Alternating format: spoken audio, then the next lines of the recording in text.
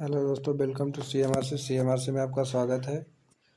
हम आपके लिए लेकर के आए हैं कुछ सेट प्रैक्टिस, जो कि 50 क्वेश्चन का सेट प्रैक्टिस है, जो कि रिपीटेड क्वेश्चन है। यानी कि आपको एसएससी, रेलवे, बैंकिंग ये सब में पूछा हुआ क्वेश्चन है, प्रीवियस क्वेश्चन, जो कि आपको बहुत ही काम आने वाला क्वेश्चन है। चलिए क्वेश्चन से हम लोग बात करते हैं, और क्वेश्चन को सेट करते हुए लास्ट में कमेंट बॉक्स में अपना कमेंट करना है कि इनका कितना स्कोर आया है दोस्तों।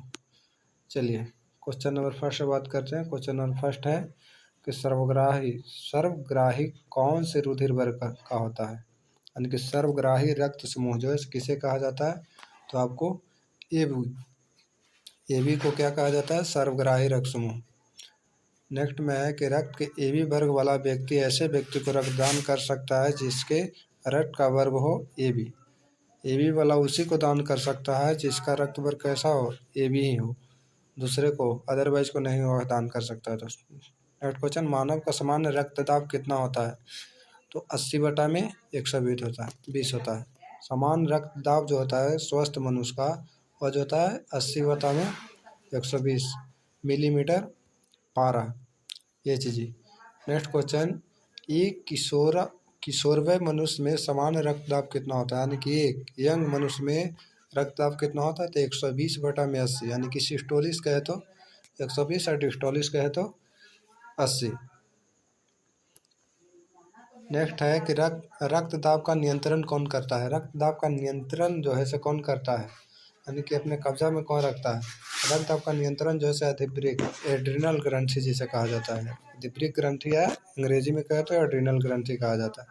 नेक्स्ट क्वेश्चन है कि हाइपरटेंशन शब्द किसके लिए प्रयोग किया जाता है, तो हाइपरटेंशन शब्द जो है से रक्तचाप बढ़ाने के लिए प्रयोग किया जाता है।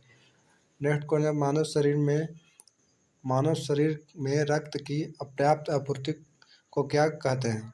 मानव शरीर में जो रक्त जो है कम जाता है, उसको आपूर्ति को करने वाले को क्या कहते हैं, तो उसको कहा जाता है इस्कीमिया। वही जो है रक्त को पूर्ति करता है। नेक्स्ट क्वेश्चन, वयस्क पुरुष में आरबीसी की सामान्य संख्या कितनी होती है। RBC red blood carpals. वयस्क मनुष्य में यानी कि यंग मनुष्य में आरबीसी की सामान्य संख्या कितना होता है, तो 5 मिलियन। कितना होता है, 5 मिलियन। रक्त में प्रतिस्कंदक पदार्थ कौन सा है, तो रक्त में प्रतिस्कंदक पदार्थ जो है हेपेरिन है। मानव रुधिर में कोलेस्ट्रॉल समान स्तर कितना होता है। मानव रुधिर में कोलेस्ट्रॉल का समान स्तर जो है कितना होता है, तो 180 से 200 mg/% मिलीग्राम/%। नेक्स्ट क्वेश्चन, मनुष्य में समान निरंतर रुधिर शर्करा स्तर प्रति 100 मिलीलीटर रुधिर होता है। कितना होता है, तो 80 से 100 मिलीग्राम होता है। वयस्कों में खाली पेट रुधिर ग्लूकोज स्तर mg प्रति 100 ml में होता है 60 mg प्रति 100 ml होता है। नेक्स्ट क्वेश्चन, मानव रुधिर का पीएच मान कितना होता है। मानव रुधिर का पीएच मान जो है आपका 7.4 होता है। नेक्स्ट क्वेश्चन, वयस्क मानव में रुधिर की सामान्य मात्रा कितनी होता है, तो वयस्क मनुष्य में रुधिर का सामान्य मात्रा कितना होता है, तो 5 लीटर।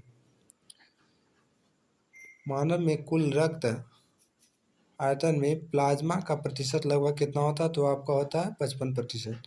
नेक्स्ट क्वेश्चन, कनिकाओं जिसको कार्पल्स कहा जाता है। कनिकाओं जिसे कार्पल्स कहा जाता है। कार्पल्स के बिना रक्त में तरल अंश को क्या कहते हैं, तो प्लाज्मा कहते हैं। अरक्तता किसकी कमी के कारण होता है, तो फॉलिक एसिड के कारण। अरक्तता किसकी कमी के कारण होता है, तो फॉलिक एसिड के कारण। नेक्स्ट क्वेश्चन, रक्त स्राव को रोकने के लिए आमतौर पर किस एल्युमिनियम लवण का प्रयोग किया जाता है, तो पोटास एलम का। नेक्स्ट क्वेश्चन, क्रिसमस फैक्टर किसमें निहित होता है, तो क्रिसमस फैक्टर जो है निहित होता है रक्त जमाव में। नेक्स्ट क्वेश्चन है, रुधिर लसिका जिसे हीमोलिम्फ कहा जाता है। हीमोलिम्फ रुधिर लसिका जिसे हीमोलिम्फ कहा जाता है, इसमें देखी जाती है। तो रुधिर लसिका में क्या देखी जाती है, तो संधिपाद जिसे अंग्रेजी में हम लोग आर्थ्रोपोड कहते हैं। तो रुधिर लसिका में संधिपाद या आर्थ्रोपोड देखा जाता है। नेक्स्ट क्वेश्चन, लाल रक्त कणिकाओं का औसत जीवन काल लगभग कितना होता है।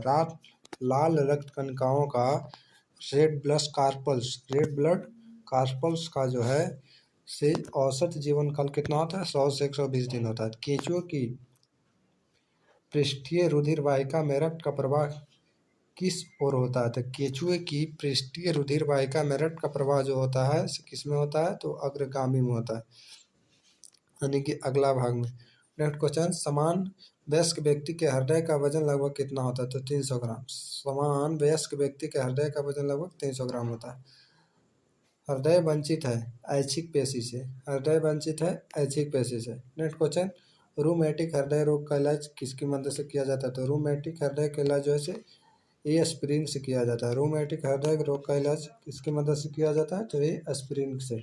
वयस्क व्यक्ति की हृदय धड़कन दर क्या होती है? तो वयस्क व्यक्ति के हृदय धड़कन दर जो है प्रति मीटर 70 से 80 बार लगभग का है, लगभग। और ऐसे बोला जाए तो प्रति मिनट 72 बार। वयस्क व्यक्ति का हृदय का धड़कन दर क्या होता है? तो प्रति मिनट 70 से 80 बार भी बोल सकते हैं।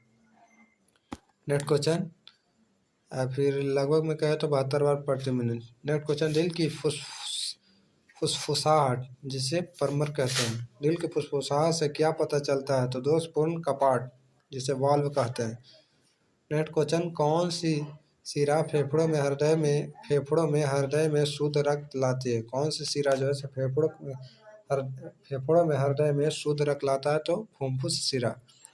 नेक्स्ट क्वेश्चन, मानव हृदय में कक्षों चैम्बर जिसे कहा जाता है। मानव हृदय में कक्षों चैम्बर की संख्या कितनी होती है? तो 4 होती है। मानव हृदय में चैम्बर कितना होता है? तो 4 होता है। मानव हृदय में कितने बॉल्व होते हैं? तो 4 होते हैं।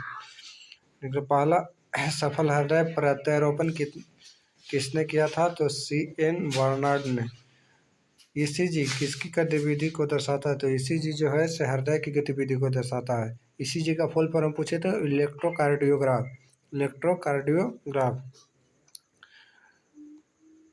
नेक्स्ट क्वेश्चन, हृदय और उसकी बीमारियों के अध्ययन से संबंधित विज्ञान को क्या कहा जाता है? तो कार्डियोलॉजी। मानवों का 1 मिनट में लगभग कितना बार हृदय स्पंदन होता है? तो 72 बार। मानवों का 1 मिनट में लगभग कितना बार हृदय स्पंदन होता है? तो 72 बार। नेक्स्ट क्वेश्चन, दिल का दौरा किस कारण होता है? हृदय में रक्त की आपूर्ति में कमी। दिल का दौरा किस कारण होता है? तो हृदय में रक्त की आपूर्ति में कमी। हृदय में रक्त की आपूर्ति में कमी। दुग्धजनक हार्मोन का स्राव कहाँ पर होता है? तो दुग्धजनक हार्मोन का स्राव जो है पीयूष में होता है। पीयूष ग्रंथि शरीर में किस स्थान पर स्थित होता है? तो पीयूष ग्रंथि शरीर में मस्तिष्क के आधार में होता है। पीयूष ग्रंथि शरीर में किस स्थान पर स्थित होता है? तो मस्तिष्क के आधार में स्थित होता है।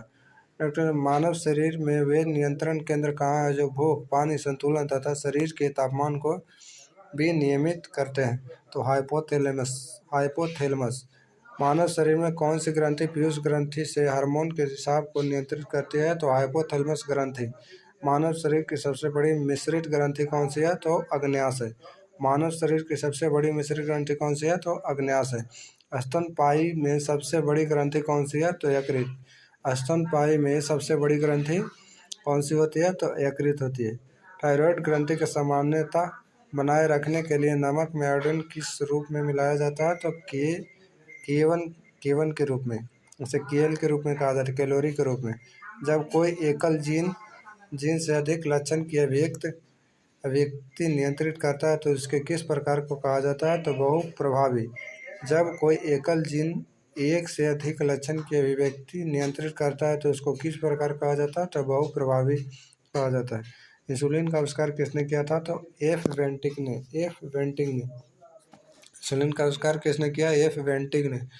हार्मोन के रूप में कार्य करने वाला प्रोटीन का उदाहरण ऑक्सीटॉसिन। हार्मोन के रूप में कार्य करने वाले प्रोटीन का उदाहरण बताइए? तो ऑक्सीटॉसिन। जानवरों की एक जाति द्वारा उसी जाति के अन्य सदस्यों को आकर्षित करने के लिए मोचित किए जाने वाले रासायनिक हृदय कौन सा है? तो फेरोमोन। मानव शरीर में कौन सी ग्रंथि ऐसी है जिनका संबंध शरीर की उत्तेजना से होती है? तो अधिवृक्क। मनुष्य शरीर की कौन सी है जिसका संबंध शरीर की उत्तेजना से होती है? तो अधिवृक्क। यह नर लिंग हार्मोन है। टेस्टोस्टेरोन जो है नर लिंग हार्मोन है। कार्पोस ल्यूटियन क्या संस्रावित करता है? कार्पस ल्यूटियम क्या संस्रावित करता है? तो प्रोजेस्टेरोन संस्रावित करता है। वृद्धि कर हार्मोन किसके द्वारा बनाया जाता है? वृद्धि कर हार्मोन जो है पीयूष ग्रंथि के द्वारा बनाया जाता है। वृद्धि कर हार्मोन किसके द्वारा बनाया जाता है? तो पीयूष ग्रंथि के द्वारा बनाया जाता है। चलिए, वीडियो अच्छा लगा तो चैनल को लाइक कीजिएगा और चैनल को सब्सक्राइब कर दीजिएगा दोस्त। और अगर जिनका जितना भी स्कोर आएगा तो कमेंट बॉक्स में ज़रूर कमेंट कीजिएगा। चलिए, जय हिंद।